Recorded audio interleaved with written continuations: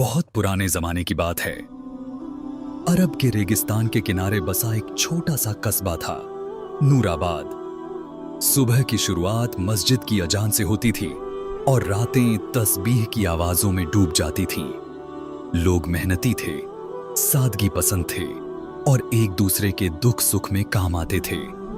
उसी कस्बे में दो दोस्त रहते थे, अब्दुल हकीम और राशिद। अब्दुल हकीम गरीब था, मगर बेहद नेक और अल्लाह से डरने वाला इंसान। वह लकड़ी का काम करता था, दिन भर मेहनत करता, शाम को अपनी बूढ़ी मां के साथ बैठकर सादा खाना खाता और अल्लाह का शुक्र अदा करता। उसकी कमाई कम थी, मगर उसके दिल में सुकून था। राशिद अमीर था, उसके पास बड़ा मकान, खजूर के बाग, ऊंटों के काफिले और सोने चांदी के संदूक थे। मगर उसके दिल में एक बीमारी थी, लालच।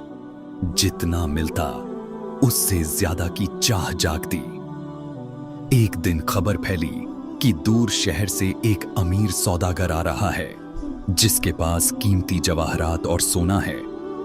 राशिद के दिल में ख्याल आया कि अगर वह उसका माल सस्ते में खरीद कर महंगे में बेच दे तो उसकी दौलत दुगनी हो जाएगी। उसने चाल चली, सौदागर को यह कहकर डरा दिया कि यहां के लोग गरीब हैं, अच्छा दाम नहीं देंगे। मजबूरी में सौदागर ने सारा माल उसे कम कीमत पर बेच दिया। अब्दुल हकीम ने समझाया, भाई, हलाल कमाई में बरकत होती है, मजबूरी का फायदा मत उठाओ।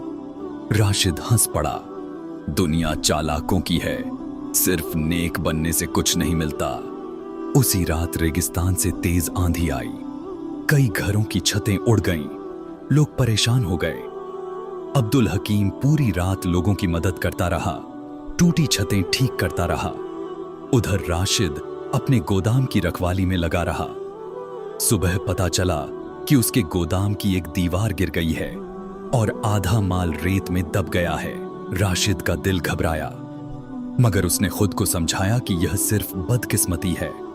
कुछ दिनों बाद खबर आई कि आसपास के खेतों की फसल खराब हो गई है, किसान कर्ज में डूब गए हैं और जमीन बेचने को मजबूर हैं। राशिद ने मौका देखा और उनकी जमीन सस्ते में खरीद ली। अब्दुल हकीम ने फिर समझाया, अगर मदद कर सकते हो तो कर्ज दे दो, जमीन क्यों लेते हो? लेकिन राशिद ने इसे व्यापार कहा। जुमे की नमाज में इमाम साहब ने कहा, दौलत नेमत भी है और इम्तिहान भी। जो मजबूर का हक मारता है वह अल्लाह की पकड़ से दूर नहीं। राशिद को बात चुभी, मगर उसका लालच भारी पड़ा। कुछ महीनों बाद उन खेतों में बीमारी फैल गई, फसल बर्बाद हो गई। राशिद को भारी नुकसान हुआ। जिन किसानों ने जमीन बेची थी वे मजदूरी करने लगे। अब्दुल हकीम उन्हें अपने काम में लगा लेता ताकि उनकी रोजी चल सके। एक दिन दूर शहर बसरा से रेशम और इत्र का काफिला आया। राशिद ने अफवाह फैला दी कि माल खराब है ताकि वह सस्ते में खरीद सके, मगर अब्दुल हकीम ने सच्चाई बताई और लोगों को भरोसा दिलाया। झूठ की बात फैल गई और बाजार में राशिद की इज्जत कम होने लगी। उसकी छोटी बेटी आयशा ने एक दिन पूछा, अब्बू, आपके पास सब कुछ है, फिर भी आप खुश क्यों नहीं? यह सवाल उसके दिल में उतर गया। फिर खबर आई कि बगदाद से एक शाही अफसर आने वाला है जो बड़े गोदाम का ठेका देगा। राशिद ने रिश्वत देने की कोशिश की और दूसरों के खिलाफ साजिश की, मगर सच सामने आ गया। अफसर ने ठेका अब्दुल हकीम को दे दिया। राशिद की इज्जत सबके सामने गिर गई। उस रात वह टूट गया। उसने पहली बार सच्चे दिल से तौबा की। इसी दौरान कस्बे का पुल टूट गया, व्यापार रुक गया। राशिद ने फैसला किया कि वह अपनी दौलत से पुल बनवाएगा। लोग पहले शक में थे, मगर उसने खुद मजदूरों के साथ काम किया। तेज बारिश में कुछ मजदूर नदी में फंस गए तो वह अपनी जान जोखिम में डालकर उन्हें बचाने कूद पड़ा। घायल हुआ, मगर लोगों की नजर में उठ गया। धीरे धीरे लोग कहने लगे कि राशिद बदल गया है। फिर एक और इम्तिहान आया। कस्बे में बीमारी फैल गई। कई घरों में बुखार और मौत का डर छा गया। उसी बीमारी ने उसकी बेटी आयशा को भी जकड़ लिया। राशिद रो पड़ा, या अल्लाह, मेरी दौलत ले ले, बस मेरी बेटी को शिफा दे दे। एक हकीम आया, मगर उसकी दवा बहुत महंगी थी। कई गरीब बच्चे इलाज से वंचित थे।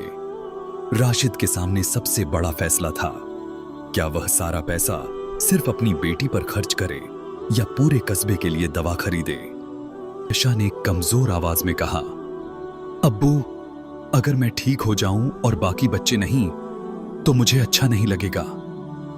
यह सुनकर राशिद का दिल कांप गया। उसने ऐलान किया कि वह पूरे कस्बे के लिए दवा खरीदेगा। लोग हैरान थे। दवा बांटी गई। लोग धीरे धीरे ठीक होने लगे। मस्जिद में हर नमाज के बाद आयशा के लिए दुआ होती रही। कुछ दिनों बाद आयशा का बुखार उतर गया। जब उसने आंखें खोलकर अब्बू कहा तो राशिद सजदे में गिर पड़ा।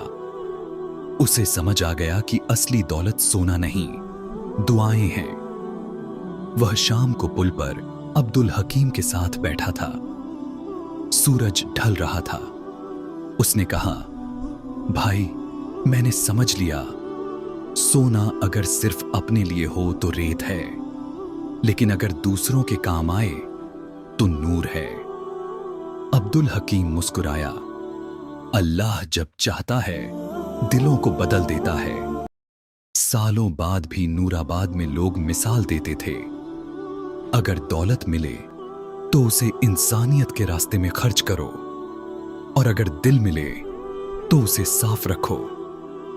लालच ने राशिद को गिराया था, मगर इंसानियत ने उसे उठा दिया।